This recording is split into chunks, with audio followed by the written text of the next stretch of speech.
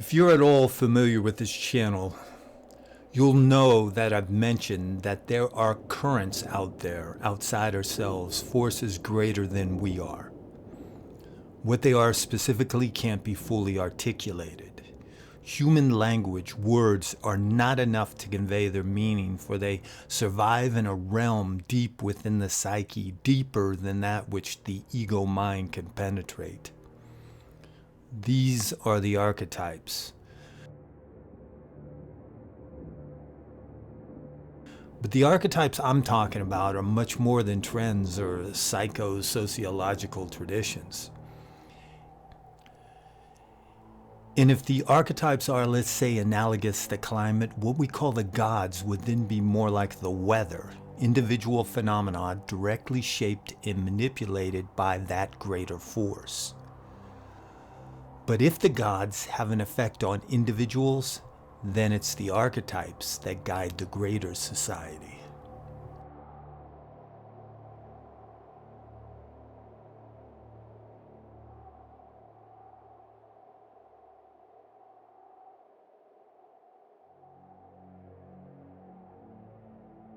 For as long as human beings have huddled together, there have been attempts to manipulate the course of any given society. Political philosophy and/or brute force are the most common tools to do so.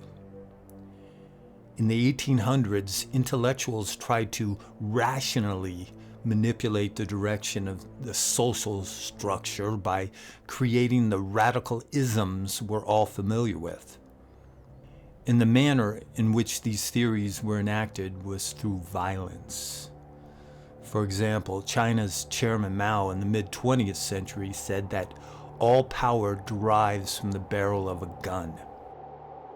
But this is only temporary power propelled by the threat of violence. Thus, fear is the motivating factor. But after that fear has been removed, the power wanes. That's what happened with the fall of the Soviet Union. Now, some of you who know history would say that the Chinese Communist Party has been in power for over 70 years. That doesn't sound too temporary. What I'm trying to get across, though, is that there is a greater power, a power that can move the course of history in ways that could last for millennia. And that is the power of the archetypes.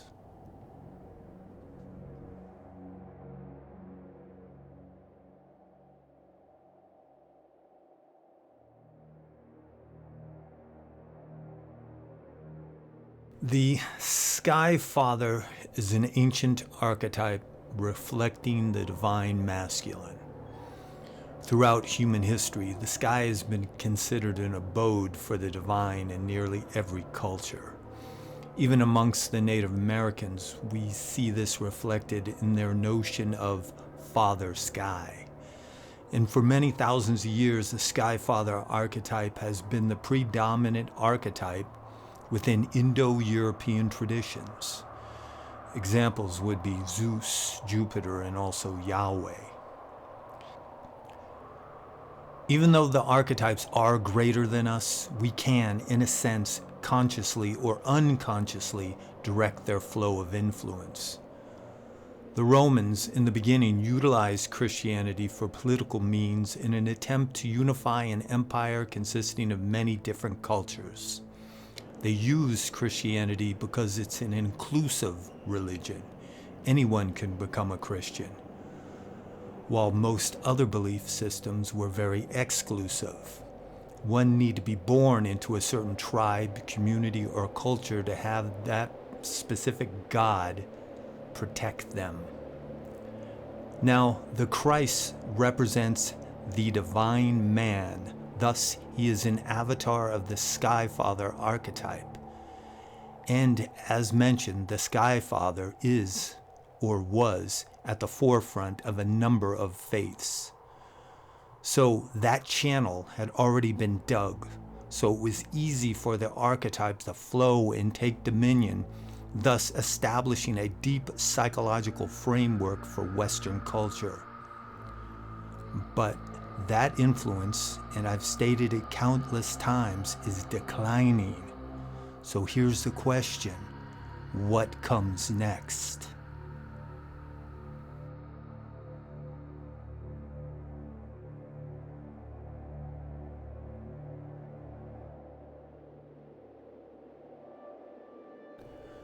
Now, many of you will say Satan. Satan comes next. But not so fast, my friends. Because when you evaluate Satan, not from a literal or mythological perspective, but from the psychological one, we can then see the problem. Though Carl Jung saw Satan as a principle of individuation, he also believed that the archetype in a psychological context was the diabolical aspect of every psychic function that is broken loose from the hierarchy of the total psyche. To put it simply, this would be too much of a good thing for those of us who lean toward the diabolical. I've said it before, I have nothing against drinking, but I wouldn't want a convoy of drunken drivers on the road, if you know what I mean. Even though many Satanists are people I'm proud to call my friends, there are others who are hollow beings who wear the mask of Satanism to hide their insecurities. You know the type. You've read their online posts.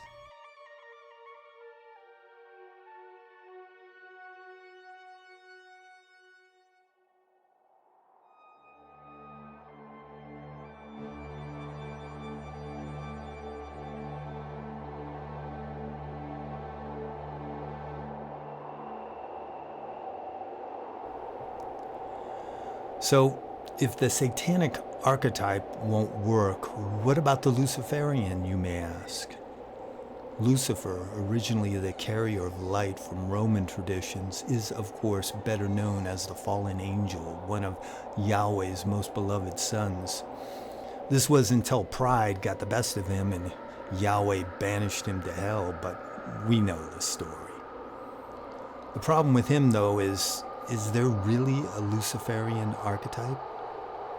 Because even though we know there's a difference between Lucifer and Satan, to the masses they have been conflated into a single being known as the devil. Thus, we end up with the same problem we have with Satan. Truth be told, manipulating the course of a great psychic surge is not something to be put in the hands of those compelled by petty emotions. Besides, directing the course of the archetypes has been tried in the not-so-distant past, and the result was catastrophic.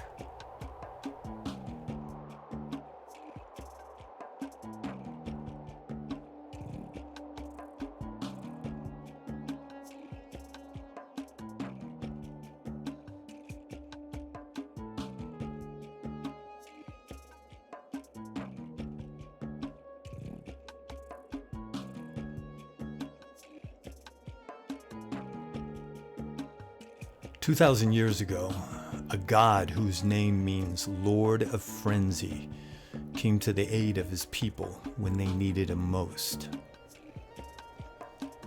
These were the Germanic tribes of Northern Europe who already had a sky father god called Tiawas, but he wasn't quite enough because they needed more to repel the bloodthirsty Roman legions who were encroaching upon Germania. In their darkest hour, they understood that they had to let go of the archetype of the ethereal aspects of being and instead connect with the frenzy within. Voton was the name of this god, and for the next 1,000 years, the course for the voton archetype was set. But the Sky Father archetype returned in the guise of his avatar, the Christ, and Voton drifted into a 1,000-year slumber. Because of the needs of the soul, in the late 19th century, the folkish movement began, which resulted in the unconscious awakening and manipulation of the Voton archetype. At first, this movement appeared to be a benign attempt by proto-pagan hippies at the turn of the 20th century to reconnect with their Germanic heritage. And in many ways this was true, but the voton archetype is not one to be toyed with. Because eventually the outcome of this naive endeavor brought about the horrors of the Second World War. Now, many would say that for the Germans the truly diabolical ingredient was fascism.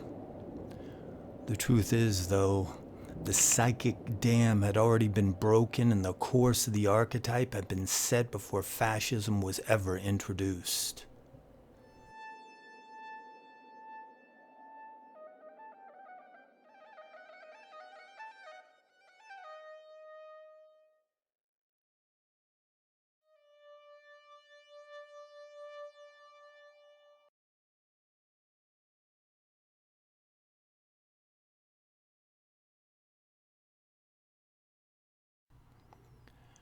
Fascism was an ideology of drift upon the flood. It wasn't the flood.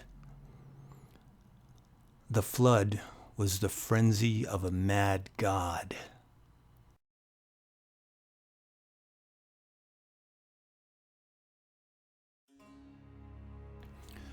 So in conclusion, the question I'm asking here is what comes next after the death of the Christ archetype? Because he is on his deathbed. I ask because just as nature abhors a vacuum, so too does the deeper reaches of the psyche. Who should we invite?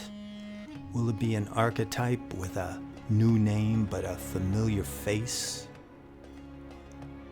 Only time will tell. Until next time.